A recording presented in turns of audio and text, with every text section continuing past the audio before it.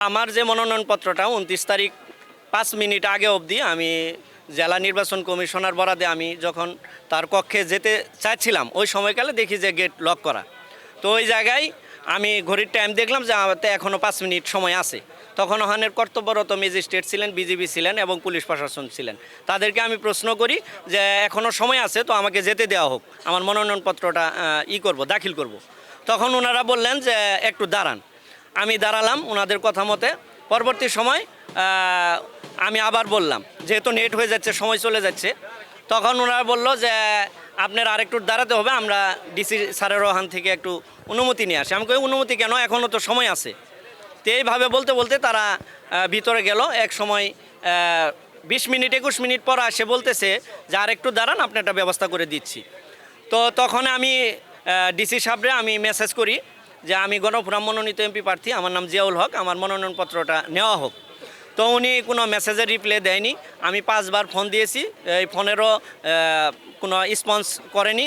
এর পরবর্তীতে আমি আবার মেসেজ দিই, উনি মেসেজ নেয়নি। পরবর্তী সময়ে আমাকে ওয়েট করাতে মানে ম্যাজিস্ট্রেট মহোদয় আমাকে দাঁড় করে রাখলেন যে আরেকটু এইভাবে রাত অবধি 9টা বেজে গেল। তখন 9টার সময় ডিসি সাহেব এসে বলতেছে যে এখন আর সম্ভব না। আমি বললাম কেন সম্ভব না? উনি আমার কোনো প্রশ্ন উত্তর শুনতে ইচ্ছুক না। পরবর্তী সময় আমি আবার রিকোয়েস্ট করি, তখন উনি বললো হ্যাঁ বলেন আপনার অভিযোগটা কি। তখন আমি বললাম আমি নির্দিষ্ট সময় এসেছি, তার এভিডেন্স আমার কাছে আছে, তথ্য আছে, আমার ফটো আছে, ভিডিও আছে। তো সেই ক্ষেত্রে আমার মনোনয়নপত্রটা কেন দাখিল করতে পারলাম না? উনি কোনো সদুত্তর দিলেন না। পরবর্তীতে আমি আবার বললাম যে এই জামালপুর 5টি আসনে যে আরও প্রার্থীরা আছে, 5টার 5, 15 এমনকি 20 অবধি তাদের মনোনয়নপত্র গ্রহণ করা হয়েছে। এটা আমরা সাংবাদিক ভাইদের মাধ্যমে জানতে পারছি এবং আমার কাছেও এই এভিডেন্স আছে। তো আমারটা এখন নেন। উনি অপারগতা জানালেন এবং আমার সাথে কোনো কথা বলবেন না বলে স্থান ত্যাগ করেন। পরবর্তী সময়ে উনি বলতেছেন যে আপনি হাইকোর্ট আপিল বিভাগ অমক তমক দেখিলেন। আমরা ওনার কথা মতে আজ এখন অবধিও আমরা এই যে হাইকোর্টে এসেছি, হাইকোর্ট থেকে আবার প্রধান নির্বাচন কমিশনে এখানে আসলাম। এসে আমাদের যে ময়মনসিংহ বিভাগের 8 নং কাউন্টার, এখানে আমি কথা বললাম।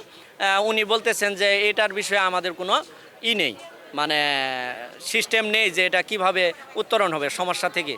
তো এই জায়গায় আমি এটাই বলতে চাই যে ওনাদের কাছেও যদি এই সমস্যার যদি সমাধান না থাকে, তাহলে এই বর্তমান নির্বাচন কমিশন দ্বারা বর্তমান যে কী ধরনের নির্বাচন আমরা আশা করব, সেটা অবশ্যই আমাদের আরও নির্যাতিত যে প্রার্থীগুলো আছে তাদের মধ্যে বিদ্যমান। তো আমি দেশবাসীর কাছে এটাই বলতে চাই যে স্বতন্ত্র প্রার্থীদের দ্বারা যে 1% ভোট কাস্ট নিয়ে যে ধরনের একটা তালবাহনা বা যে ধরনের একটা তদন্তর নাম করে পুলিশ প্রশাসন নিয়েও বাড়িতে যাওয়া হয়েছে, এই যে বিভিন্ন অনিয়ম, এটা যদি নির্বাচন কমিশন দ্বারাই যদি এখন দেশবাসীর কাছে এরকম হয় এবং এই প্রার্থী দ্বারা যদি নির্যাতিত হয়, তাহলে আমরা পরবর্তী সময়ে আমাদের এই পদক্ষেপগুলো আমরা অবশ্যই নিব।